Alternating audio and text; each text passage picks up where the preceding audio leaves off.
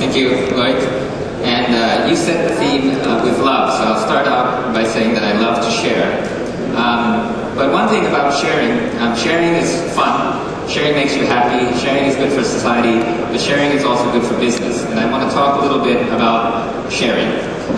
One of the things that is very important to remember is that a lot of the technologies that we've had recently, the Industrial Revolution, mass production and distribution of both physical things and content, has made life a lot easier for us in many ways, but it hasn't made sharing easier. In fact, it's made sharing more difficult. And one of the things, the reason why most of us are here today is because of the internet. And I think the internet is actually one of the first uses of our technology that has made it easier to share. And actually, sharing is the key to making the internet important. And because I'm a geek, I look at things in terms of the stack. And some of you have seen the stack before. But this is a technology stack. So if you look at the bottom, Ethernet is the thing that we use to connect computers together. TCP/IP, which is the network protocol of the internet, is what we use to connect our network together.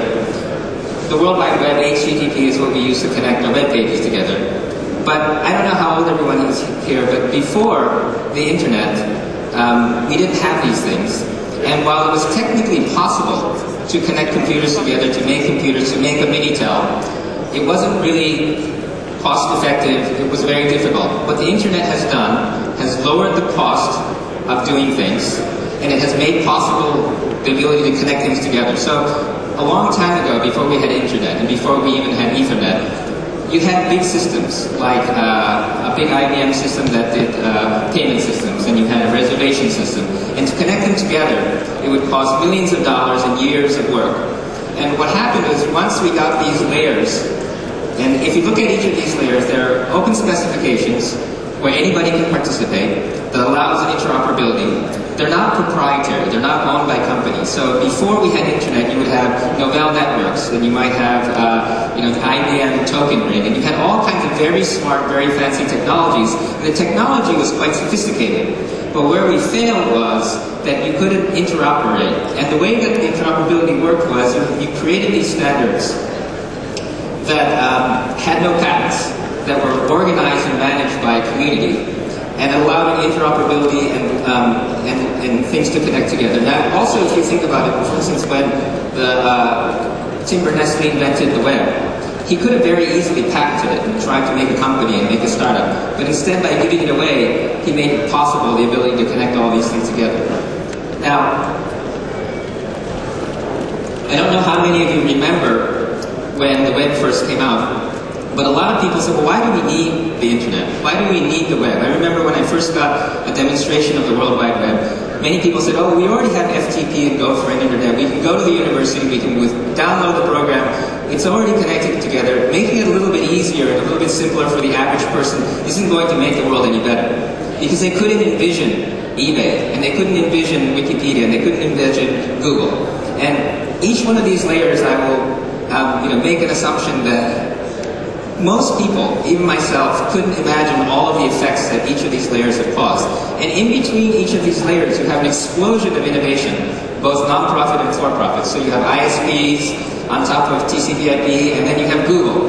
Now, you think about Google. We just had a panel discussion with Google. And imagine trying to make Google before the internet. So first of all, the phone company would say, no, we do search. We'll do it in our R&D lab. And we'll talk with all the other governments, and we'll come up with a protocol, and we'll come up with something under the UN that will do search. And the governments and telephone companies would have made search. It would have taken years and years and years. It wouldn't have worked. It would have cost millions of dollars. But instead what happened was we had these stacks. So Sergey and Larry were able at Stanford. So the first step, the Google URL, was google.stanford.edu. They just got a computer, which was basically a basic computer. They got a bunch of free software, which was based on sharing, right? So they used probably Apache, they probably had Linux, they probably had all this open software. So probably for thousands of dollars, they made a box that before internet and open source would have cost millions.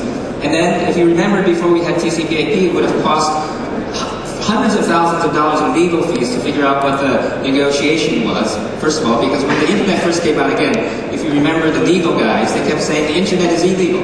In Japan, the professor said the internet is illegal because you can't connect to all these countries without bilateral agreements with all of them. So it would have either been legally impossible or cost impossible to have created Google before the internet.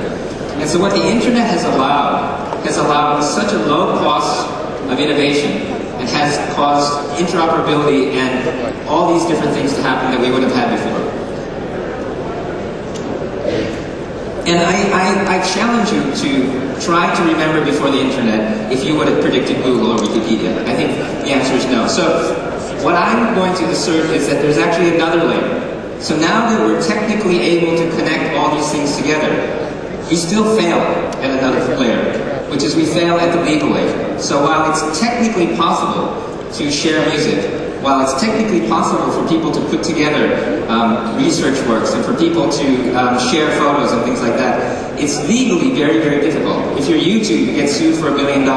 If I want to go to the University of Tokyo and share a photograph with a curriculum in the University of Italy, I have to hire lawyers, and the legal fees cost hundreds of thousands of dollars. And the legal fees actually cost more than the value of the transaction. And this is exactly the same as the other layers, where technically it was possible to create a Minitel if you had enough money. It just wasn't possible to do it effectively. And similarly, if you're a big media company and you have lawyers and you can fly to Cannes and drink champagne, it's okay, you can do sharing, you can do remix. But as an individual, with all of the cost savings that we have, all of the technical ability to connect things together, we fail at sharing, mostly because the legal system is too complicated and is kind of broken. Now, to switch gears and talk a little bit about transaction costs, this is a presentation that Clay Shirky gave in 2006. But open source is also very important because when we think about internet, when we think about the low cost of connecting, low cost of open source software, all these things are very important. But another very important thing is the low cost of failure. Because if you're a big company, you're a big research facility, and you're trying to create the next Google, probably if I were a big Japanese telephone company, I would spend $5 million trying to decide whether to make a Google. And it would cost me $100 million to actually try to build the Google. And then I would fail. So the failure would cost about $100 million, I would guess. Now, as a startup company, you spend a little bit less. But getting back to my original point, I challenge you that most of the successful companies that we know today, you would not have predicted would have been successful. Most things are quite random. So what you're trying to do on the internet, since it's very hard to predict what's going to be successful, is to lower the cost of failure. And open source has one of the lowest costs of failures, as Clay Shirky will tell you. This is a site called SourceForge, where a lot of open source and free software is deposited. And if you look at some of the higher, this is the 100th percentile, game is downloaded 12 million times, right? So the most successful software is very successful in the 100th percentile. But if you go down to the 99th percentile, you're down to a couple of thousand downloads total. And when you go down to the 75th or the 90th percentile, you're at the 10s. And when you get to the 70s, you're at 0. So you get a curve like this where only less than 1% of open source projects are successful in any way that we would count as successful. So most open source projects fail, but the cost of failure is nearly 0. So if you think that you had to do hundreds of projects and spend hundreds of millions of dollars per project to fail, you could never get the kind of innovation that we're getting now in open source. And open source and then venture-funded startups are both very, very low cost of failure, and that's why we get to keep swinging the bat at things. And I don't think we're smart enough now to centrally plan success. I think we have to plan for lowering the cost of failure, lowering the cost of connection, and lowering the cost of communication, and you're lowering also the cost by creating competition. This is a very interesting post. This is the Usenet post when Linus announced he was starting Linux. Right? So this is the famous post from 91. And he says, "I'm doing a free operating system. It's just a hobby. It won't be big and professional like GNU." Right? Now, there are probably hundreds, maybe thousands of posts on Usenet that day saying, "I'm going to start a project, can somebody help me?" Would a VC have funded this? No. Right?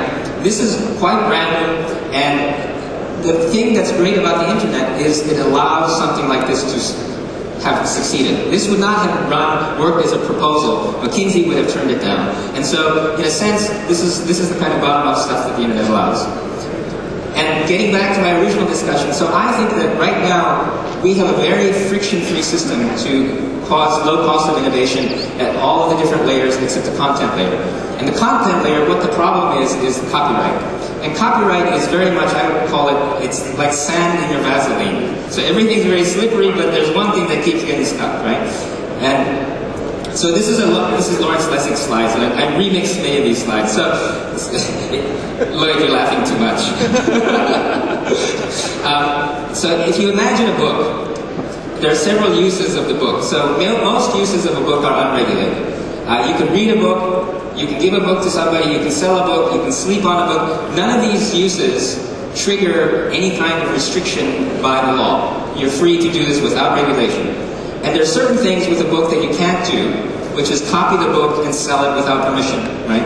And this used to be basically copyright in the old days. It used to be something that big companies did to each other. But the average user that you would have before you had the copy machine, before you had internet, had nothing to do with the average use of the book.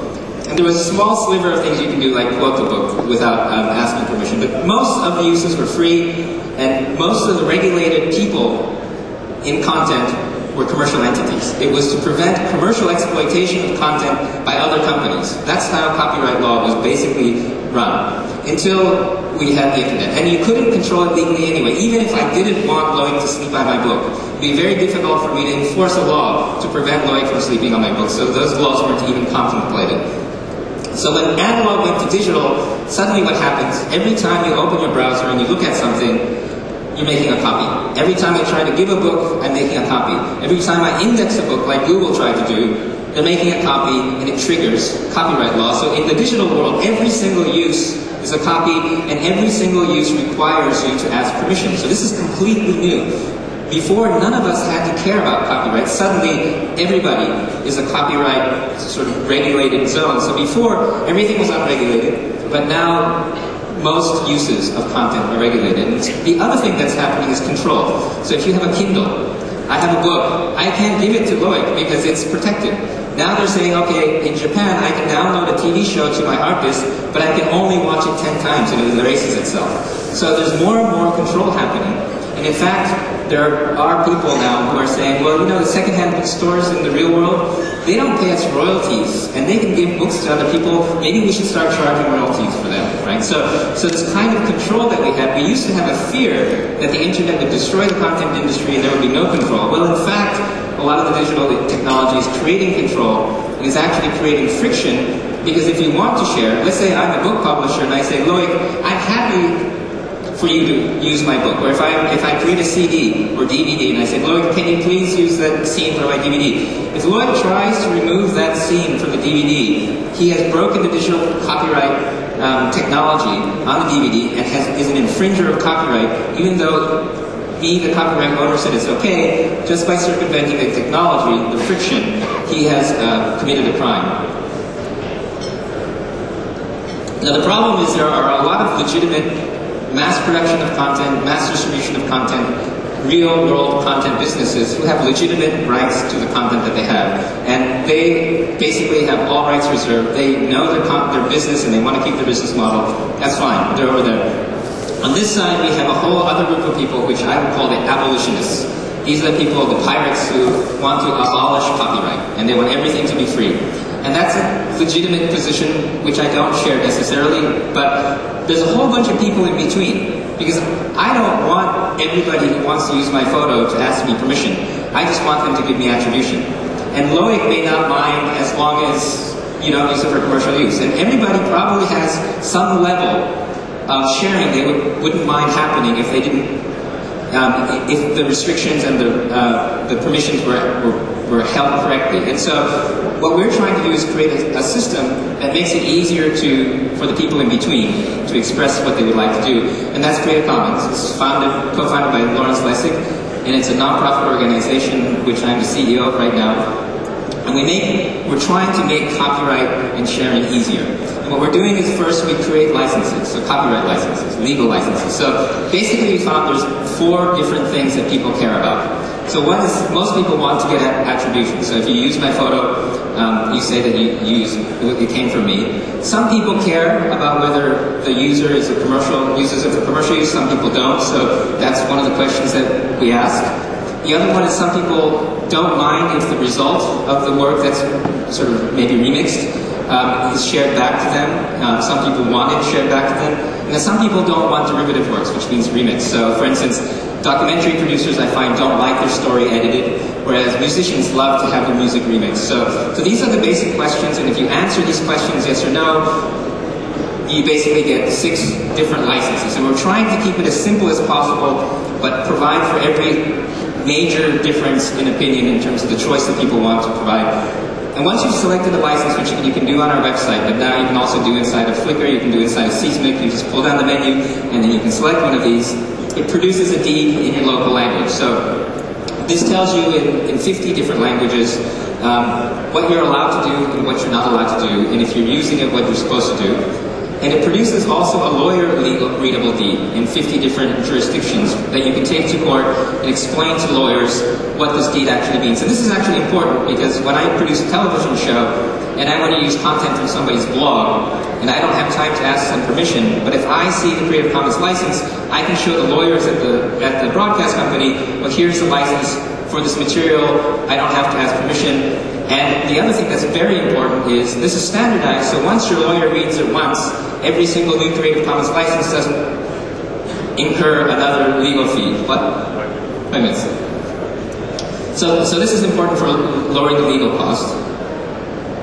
The other very important thing is that we have the W3C has made an official recommendation so that we have metadata around this that allows Google and all of your tools to track the copyright content on top of inside of the content. So I have 5 minutes, so I'm going to move quickly. So we're in 50 jurisdictions, we have paid people in 80, and we have 140 million works licensed under Creative Commons.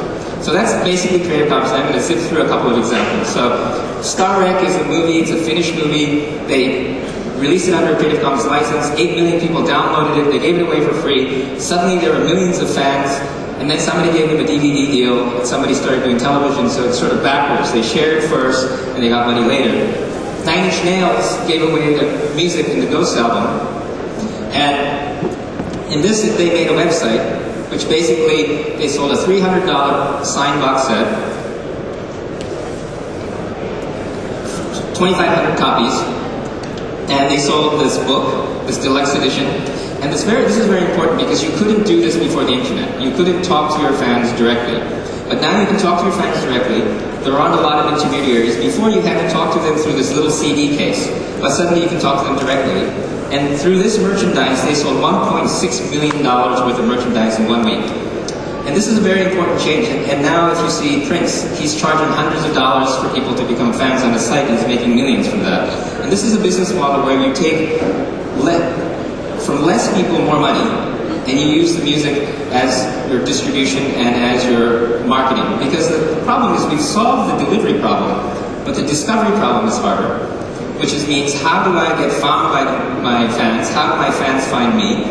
And because of the internet, the transaction cost between your fans and yourself has gotten lower and more flexible. So now you can come up with much more flexible business models, giving the fans what they're willing to pay for, authenticity and artifacts, rather than music. And controlling and managing your fans is much more important now than trying to figure out this kind of marketing machine that we used to have. So Stephanie Wen, when she had her baby, she released her photo under a Creative Commons license rather than working with a big firm like most people do. Obama released his photos under a Creative Commons license so that his fans could share the content and didn't have to work through some sort of press agency and talk to a bunch of lawyers. Cory Doctorow allows his book to be downloaded for free, and he still sells books. And this is very simple math. If you allow free download, obviously you're going to lose some sales, but you increase because a lot of people find out about the book they wouldn't have known.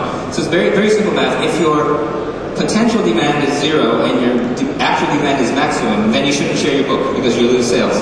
But if your actual demand is lower than your potential demand, it's often better to share your book because it might increase sales. So it's not an emotional discussion. It's a mathematical business decision about whether you should give your book away under Creative Commons license.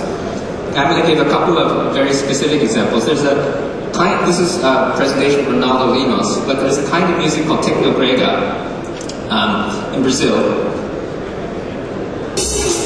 And this is a techno break party. And Brazilians love parties. And they're willing to pay a lot of money to go to these parties. But they're not willing to pay a lot of money for the music. And so what Techno Brega does is they give their music, they go record the music, and because of the advances in music recording, it's very, very cheap.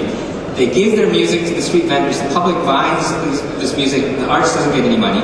But the artists that get famous through word of mouth get contacted by the concert halls, get sponsors from the sound systems, because these are huge DJ contractions that sponsor these parties. And then people get paid. And the thing is that the popular musicians are making over $1 million a month. And this total business is millions of dollars, and you actually have people funding this. And this is very important because what you're doing is you're looking at the behavior of kids. They're not willing to pay for the street vendor CDs, but they're willing to pay lots of money to go to these parties. And at the end of the party, they actually buy the authentic DVDs and CDs. So it's just a matter of saying, okay, there's a change in behavior. Instead of punishing that change in behavior, how do we go to where the kids are spending the money and make the money there instead? And I think this is a very simple model. This isn't really Creative Commons, but it's a good example. This is Hatsune Miku, which is it's a kind of music, it's called Vocaloid, which is basically, you type in the lyrics, you type in the notes, and it sings the music for you. And this company made this Vocaloid software before. It's called part of what's called desktop music, but they went after the otaku anime market. And what they did was they created this character, which is supposed to be the one singing the song, and you can hear this is a computer-generated voice, right? But what the guy did, which was very interesting, was he said, okay, well, I'm not going to take rights on this character. I'm going to create a website where all the illustrators and artists can do whatever they want with this character, which Disney or somebody would never do. So the whole bunch of illustrators started creating illustrations of this character. And then a bunch of people started making music out of this. And this CD actually got to #2 on the charts. And they all get to use this character for free, right? Except the people who make these little figurines that can be up to hundreds of dollars. They pay a merchandising fee. The music costs hundreds of dollars, over $100, and they've sold 40,000 units where they normally sell 1,000. And then people have started creating modeling software and stuff like that to create this character. And then there's another weird funky site called Nico Nico Doga in Japan, which is now more popular than YouTube, which is like YouTube, you upload videos except you can type text on top of it. So what people did was they got together and started using this Vocaloid software, posting to Nico Nico Doga, using the characters without asking permission, and created this huge boom, this movement of, and so this scrolling stuff is basically people cheering or commenting or writing about this music. And by giving this character away, it suddenly created this huge community of people who use this character as kind of a focal point, so it's a platform. And when you talk to the CEO of this company, it's very interesting because he says that his character, Hatsune Miku, is a protocol for communication. And it's very interesting. And he also said that a lot of the software dies out, but by allowing these derivatives to continue in the community, he keeps selling software. And he's not the only one that's taking advantage of this. The Communist Party of Japan is a very unpopular party. It's a stodgy party. It's kind of smart. But what they did was they saw this huge movement of young people and this new behavior. And what they did was they put their video on Nico Nico Doga. And this is the head of the Communist Party of Japan speaking in front of the diet about the problem of temporary workers. And suddenly, this show that no one used to watch on television became a huge hit among the kids, and there's a landslide of people joining the Communist Party. Now, I don't necessarily think that's a good thing, but they really had nothing to lose, unlike the ruling party. The ruling party would never allow kids to sort of graffiti all over their face, but now they're posting all their videos on Nico Nico Doga and have completely captured the hearts and minds of these young people. Again, by looking for the behavior change caused by the technology change and focusing there rather than on trying to push old media. And basically, I think it's a generation gap. So what's happening, I'm going to end with the last example. So when pagers came out in Japan, all the young girls actually started using these pagers, these Japanese high school girls and junior high school girls. This is a little girl using a numerical pager to touch her with their friends. The whole mobile movement in Japan was started by these little girls who were using pagers, who were enterprise devices, but took over that whole device and made it their own. And it eventually became the mobile phone market in Japan, which by revenue exceeds just about any other market. And this was only successful because the Japanese telephone companies, instead of being like, let's make enterprise products, they watched the behavior of these kids and tracked it. And so, while the instinct is to punish bad behavior. So this is the Grokster case where the Supreme Court of America banned P2P on Grok, so they were beating up, but it had no effect on P2P file sharing, actually. And while I understand how it makes you feel good to try to punish behavior that's making you lose money, I think the way you're going to make money is, how is the technology changing the world? How does that change behavior?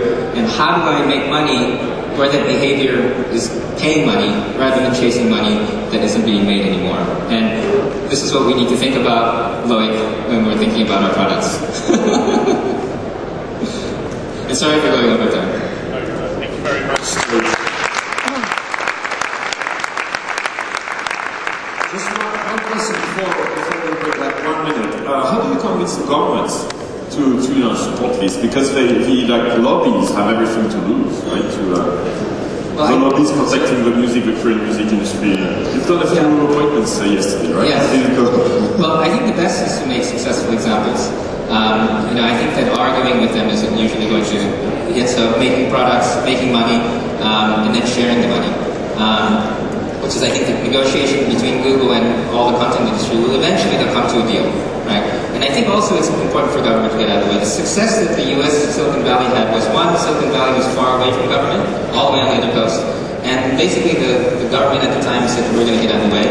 Japan said they're saying no, but they let it go anyway. And the Europeans really stuck to the old CCITT, so it was slower starting here. And even in Italy and stuff was set up in the 20s in terms of penetration. And so I think government has to loosen up a little bit, but I think really it's making examples. Yeah, I think these were great examples. Well, good luck for convincing them. Thank you very much, Joi, again.